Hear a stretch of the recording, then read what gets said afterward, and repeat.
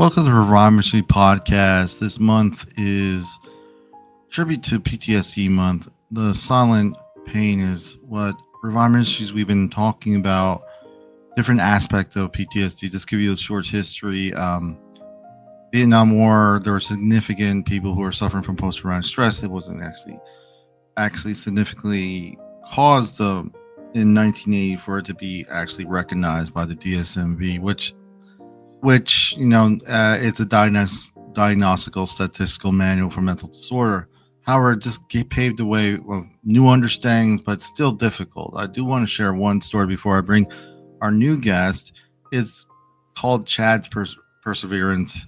After traumatic events, military, which resulted in double amputation, Chad also experienced PTSD. He found effective coping strategy through exposure therapy, which helped him manage his reactions to triggers. Despite his physical limitations, he doesn't let PTSD define him and lives the fullest, enjoyable activities with snowboarding, motorcycle riding.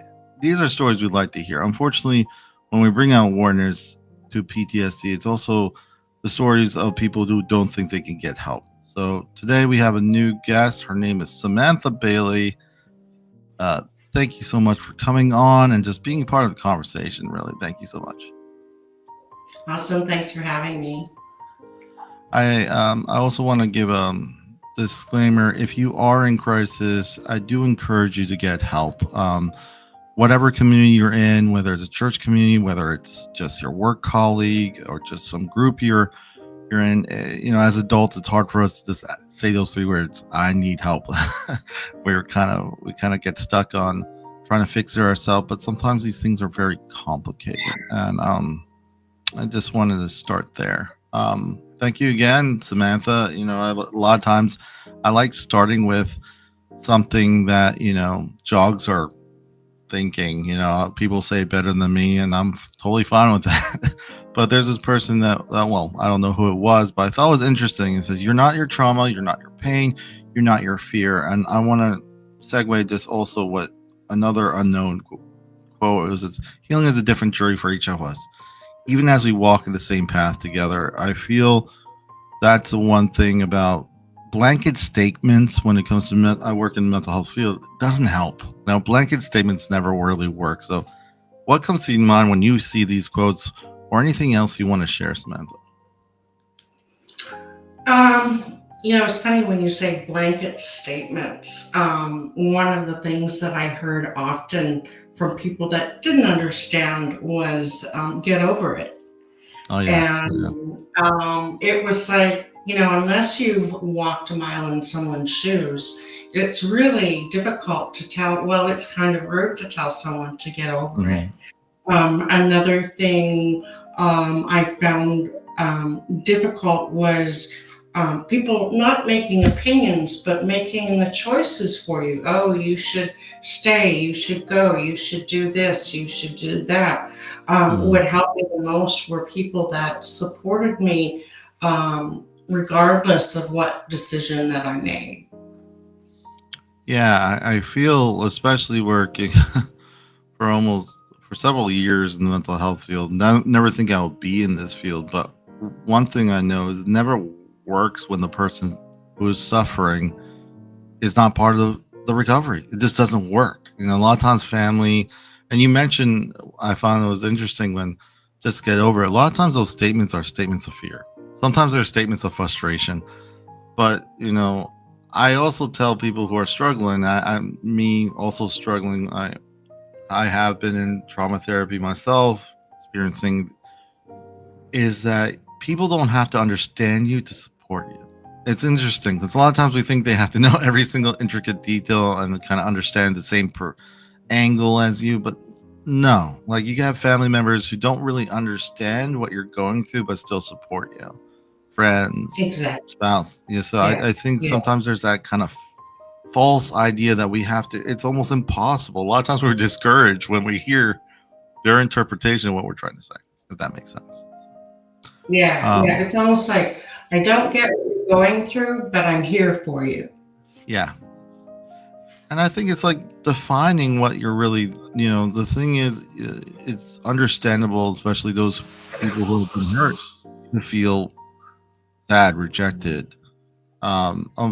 It doesn't feel very, how you say, realistic for another person to experience that or even understand it the same way you see it. So, Yeah, really, yeah, the question is, I just need support. I don't need the person to understand it. I just want to feel that I can trust the person to not tell me what to do. A lot of times exactly. I'll tell my clients, I don't want to tell you what to do. I want you to think. Like, a lot of times they say, "Oh yeah, I want to do something," and I'm all for it, but they just abruptly say, "I'm like, think about it first. I want you to really think if this is the way you want to go." If that makes sense. So, anything else? So, like, I know we're touching the tip of the iceberg, but anything you want to add, or anything else you want to comment when it comes to trauma or anything else? No, it's funny that you mentioned the World War II and the story there. The first chapter of my book is called D-Day on My B-Day, and I reference the Battle of Normandy. Hmm. Um, what I understood D-Day Yeah. to be prior to learning that D-Day is a day of discovery, Hmm. initial discovery, and that really, put a tailspin on my emotions, everything that I thought was real, I questioned. Yeah. I feel sometimes it's interesting that some people lean more on the rational side, some people lean more on the emotional side. It's just finding that balance because a lot of times the old saying is feelings are not facts or what have you, but if you ignore your feelings, um, it doesn't help because they stay there. Whatever you felt, and so I feel the one thing I like, especially when we're talking about PTSD, a lot of times people don't feel they can. And why don't they feel they can? Because they feel like a burden. They feel like this is something that shouldn't happen. And they feel there's a lot of barriers. But we see a lot of other illnesses the same way, not just mental health, medical. Like people don't want to get diabetes checked up and they may have it and they just ignore it. Ignorance is one of the highest killers. So it's sad because we may be avoiding discomfort because we're not we're not asking, well, we're not really putting ourselves first. We're just saying, I don't want to be a burden. And I think a lot of times when we have these awareness months, it's really about not any step by step, but really just telling people who are suffering, people who are caring for people, take care of yourself, but also there's help. Try to find help. Be don't be unapologetic. A lot of times people could be mayors of nothing. Don't be a mayor of no one. Like be someone that you can actually put yourself first, if that makes sense, Samantha. Yeah, and I like what you said about, you've got to feel. I always say you have to feel in order to heal. And a lot of times you don't want to feel certain feelings because they're painful and they're difficult. But Hmm. if you don't work through them and walk through them, they're going to stay there. And one of the things that I recommend to avoid is cannabis and alcohol because they are a depressant. Hmm. May or may not offer temporary relief, but they're just going to delay your healing. Yeah. And you're eventually going to have to go through it. And I would think that you want to go through it sooner rather than later. But there is no linear line to healing, and Yeah. everyone is different in their approach. Like when I started taking some courses in order to move forward in my healing. There was a quiz, and it was rated from 1 to 5. One Hmm. being you've first discovered and you're not in a really good place. 5, you're on the road to recovery and you're doing, you're going on the right path. I came in at a 3, which basically I had accepted what had happened, but I was still carrying that heavy weight of that ball and chain around, and was exhausted because I was carrying that load, and not wanting to feel some of the things. But you wouldn't want to put someone in courses who's just, or help who's just experienced the trauma, in the same place where, for instance, I had accepted, and I didn't want to start from get-go because I was already halfway there. I Yeah. just needed to get to the end. Yeah, and I think you bring up a good, very important point about healing. It's we live in a very rushed culture. Everything's very much a grind, and healing takes the time it takes. I would say that could be the most frustrating thing. We want the things to be done in one sitting. It won't. It will be done like step by step. I might get halfway through some trauma Yeah, event, yeah, and a lot of times it's like it's not what you feel then, it's what you feel now thinking about then. Like, how is it disruptive to your life now when you think yeah, about that event?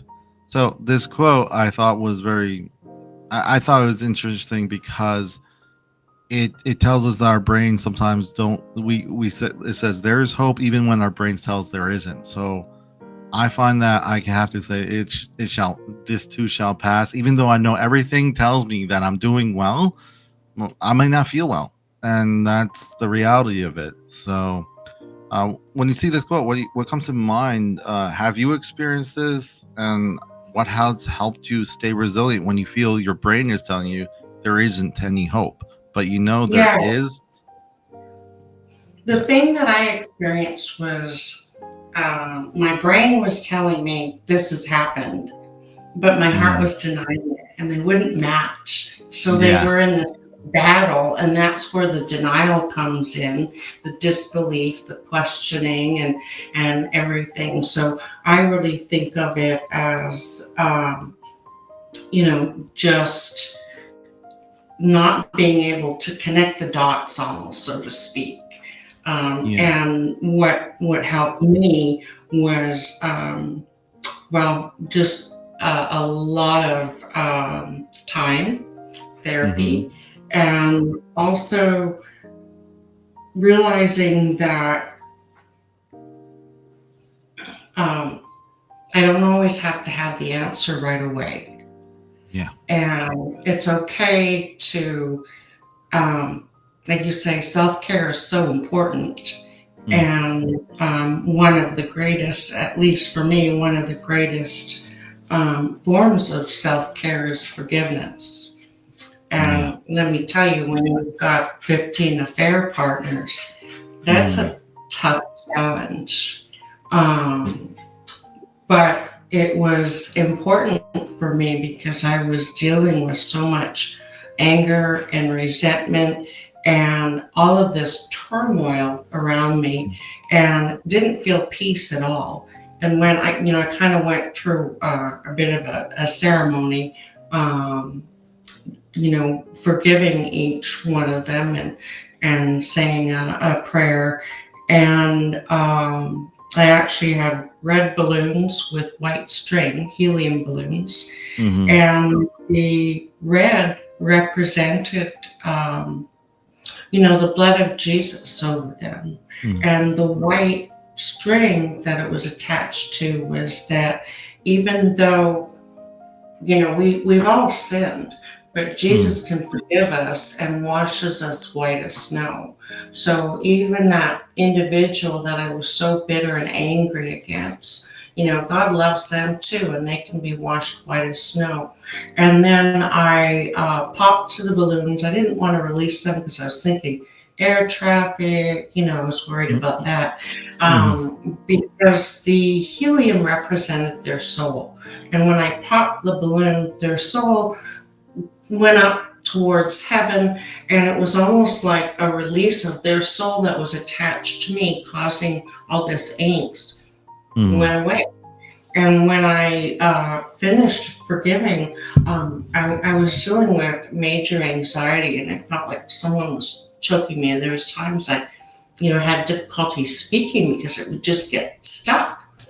Yeah. And after that forgiveness, it was like that was gone. My anxiety was immediately gone. So it's like there's power in forgiveness. And just to get rid of that bad energy and that anger and bitterness and resentment just freed me up and allowed me to make another step towards healing. Yeah, I always like to think of recovery and healing as an action, not a destination. We're honestly continuing to heal. I think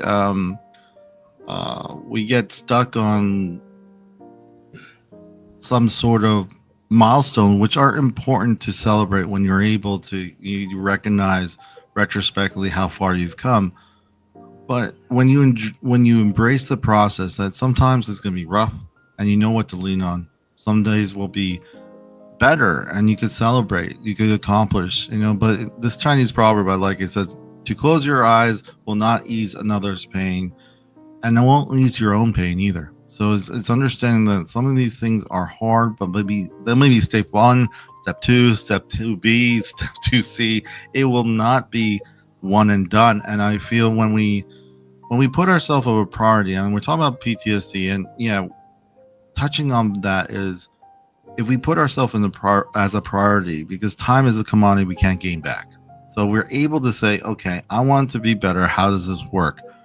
We don't have to be so rigid. We could just say, put some measuring. Okay, I want to see how I'm doing in a month. If I'm not doing well, maybe I have to make a slight adjustment.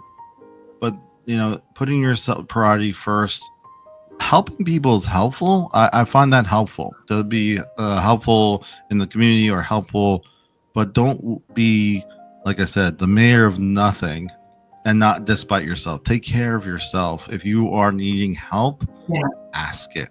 I want to switch gears to just get to know, because I always like to get my new guests or returning guests to just share a little bit about themselves. So I'm going to give you the floor. And so the floor is yours. Samantha, go ahead.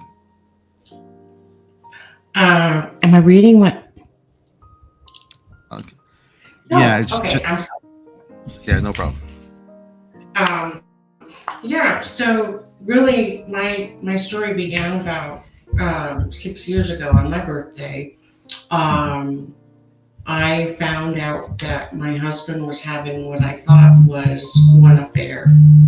And Mm. over time and a year, several D days, and trickled truths, I found out that he had been having multiple affairs with sugar babies, escorts, and prostitutes, Mm. and had spent thousands upon thousands of dollars, funding them. And I, I was in a really bad place for a year and had so many, triggers and intrusive thoughts and things that I didn't know what I thought PTSD was just for someone who'd gone to war. I didn't realize that it can affect you in different ways, and it was like it could be the smallest thing, like um, driving by a parking lot where he had, been Mm. with women before. And it would just put me back in that place of like trauma and like, can't believe it. And no, and, denial. And, songs would trigger me, certain songs that, he'd listen to with his affair partners, or say, oh, she used to sing that song to me, and mentions of different cities that he'd taken trips on with them. So there was a lot that, triggered me that first year. And then the second year was when I had, okay, this has happened. And, we were going to therapy and counseling together, Mm. separate, and trying to make things work. Um, but I was still battling uh, who I was. because I Yeah. didn't know who I was anymore. And I spent a lot of time because I didn't have the resources. I didn't know. And Mm. I was really, I didn't know where to go or who to share with Mm. because I was embarrassed that, this was my life. Everything before I thought was great. Nothing's Mm. perfect, right? But it Yeah. was good. And it left me questioning at everything, and it took me discovering this one site that ended up helping me substantially. And I think you mentioned before, it's hard for someone who hasn't experienced what you've gone through Mm. to understand. And I remember going to a therapist and sharing what had happened, and they were like, I was their guinea pig. They're like, really? And they're writing things down, and they couldn't Mm. believe it. And, I ended up finding someone that had, experienced betrayal and trauma, and knew about trauma and PTSD. And I then just began to start healing, taking the courses and realizing that, um, I thought I was okay, but I Mm. realized I wasn't. And, Mm. healing still takes place today. I'm Yeah. not where I was, 3, 4, 6 years ago. I'm in a much better place, but there's times that things still trigger me. The difference is now they don't affect me the way they used to. I don't get all anxious or upset or start crying or worried. It's just, okay, that happened. That was part of my life, but it's not, my whole story. So it's just, moving forward. Sometimes, like you said, it's baby steps. Sometimes Mm. it's a couple of steps back. Mm. Yeah. But, just one of the other things that I did was journal a lot, and that really tracks your progress if you look back. Because sometimes you're numb and you don't remember Mm. things. And if you look Mm. back at your journal and you're like, oh, okay, that happened. And I'm like, wow, I'm kind of in the same place stuck. Maybe I need some help after all. So that's another thing that I really recommend doing as well. Yeah.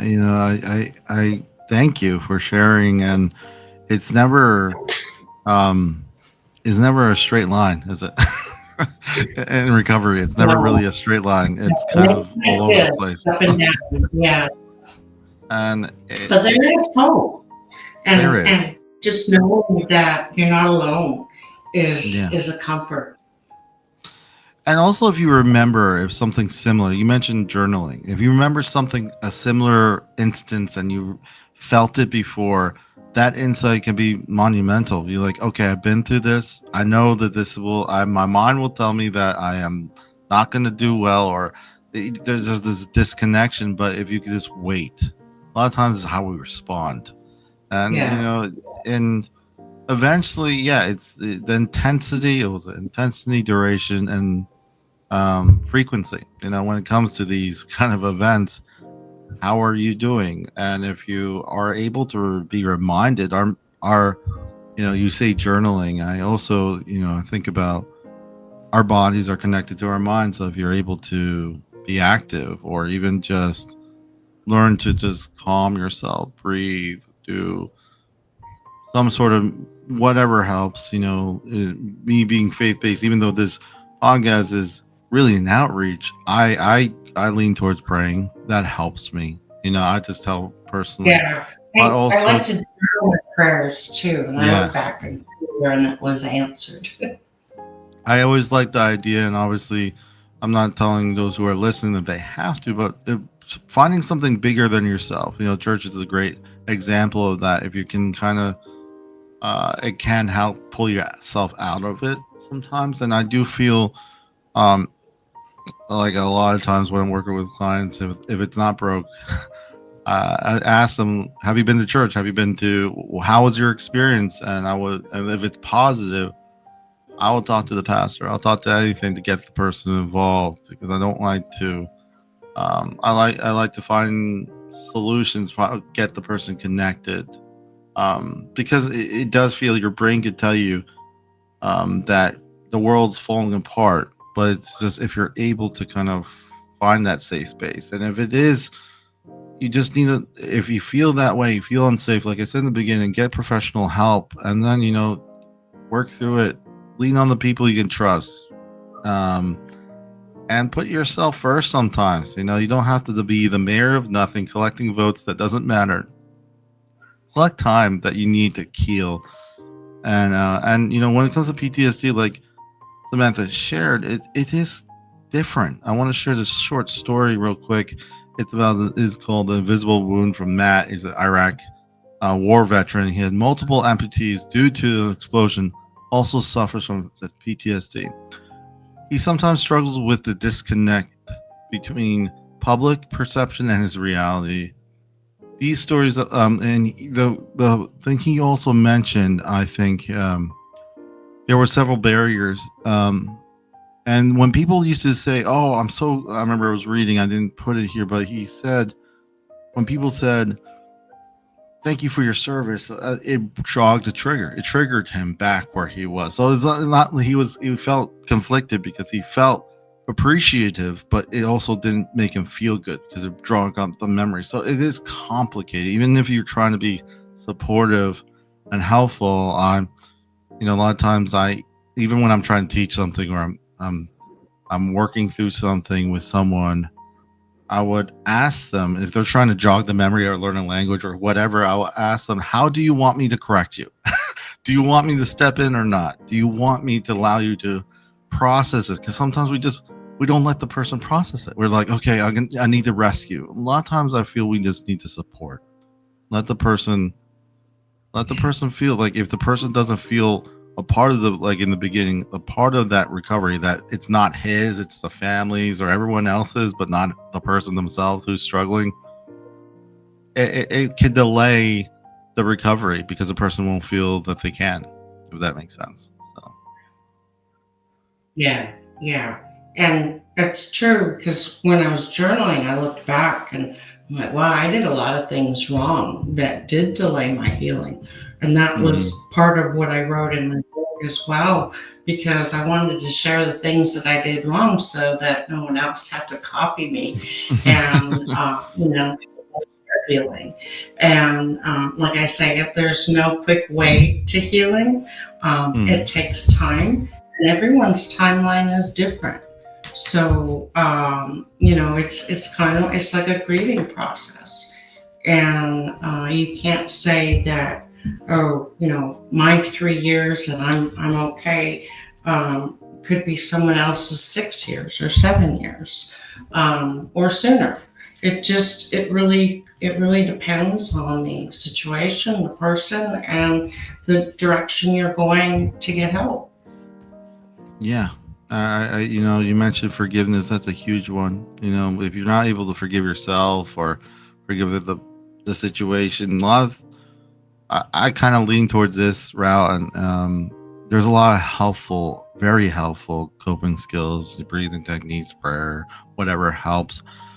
I would also suggest if you're unable to, if there's things that are out of your control, creative, creative coping skills like that are subjective to you. Like, what do you like to do? Do you like to draw? Do you like to sing? Whatever it is, I would encourage it because those days that you're you have it all filled, you have it all up to your brim, you can't deal with it. You just want something, and you're trying to find that positive outlet. I would encourage it because that's gonna be tailored to who you are, and that's gonna be I think some of the best music, some of the best books, everything comes from feeling deeply, if that makes sense. So it's not, it doesn't have to be something that trajects you that way, but I just feel it's very helpful to have something that you can just decompress, especially when things get heavy, if that makes sense. Um, Mm-hmm. I just want to say, Samantha, it's been really great sharing on everything. You mentioned the book you wrote. Is that correct? Yes, yes. Okay. What's the name of the book again? It's called Deceptive Liaisons, and it's about uncovering the secret life of sugar babies, escorts, and illicit affairs, and how I came through that journey, and not only as a survivor, but thriving, doing Yeah. better than I ever imagined. Yeah, Yeah. and I'm actually working with a producer and a screenwriter. We're writing a screenplay for um, a based on a true story movie about the book. Mm, that's wonderful. Those who are listening, I always put the notes so you can find out more what Samantha's doing. I would encourage you to check it out. As we wrap up, I just want to silent pain. We don't really talk about that, but I just like the title because a lot of time it is silent. So when you think about this month, a PTSD month, we try to get awareness. What would you like for this month? What do you like people to remember about PTSD, and what would you like to see? Um, and any final thoughts as we wrap up. What would you like Yeah, people to remember? Go ahead. Go ahead. yeah. Sorry. First of all, I want them to know that they're not alone. Yeah. You feel so isolated, especially initially because it's new. You've not experienced this before, so you don't know where to go or who to turn to.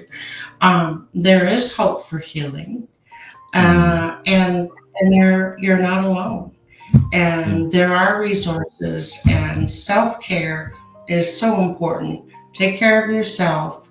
Avoid things that will bring you down, like alcohol and Mm, cannabis, and get out and be active, and just hang on to that hope, mm. knowing that you're not alone in this, and there is a path to healing. I agree. I just want to say also, emphasize. I would say emphasize real healing versus trying to get people to feel that you're doing well. So I encourage those who are listening. Is it more important to be seen that you're doing well or actually doing well? I'll put the priority to that. Don't things may take longer. It may be frustrating, but I would encourage you to not emphasize what other people may think, but more about what matters and how you are healing actually at any given time. Mental health, PTSD, trauma, all this stuff is never convenient. It's not supposed to be convenient, but you can Yeah, use tools, you can navigate through it. If I had like I mentioned some stories of people who are amputees, and if I went to had to go to work and it take me 30, 40 minutes longer to get to work, does that mean I'm less valued? Or does that mean I just have to live life differently? When you have mental health, when you have PTSD, it just means you have to live life differently. Find that way. Don't don't get pressured to do it fast. And that'll be it. Don't be silent in that regards. Thank you yeah, so much, Samantha. yeah. So Appreciate much. it. Thank I just want to say, stay up to date with Revive Ministries, ReviveMinistriesFL.com. We're on YouTube too. This is goodbye. Leaving this last quote. It says, "There's nothing in this world that can trouble you as much as your own thoughts." Thank you so much, Samantha. Thank you.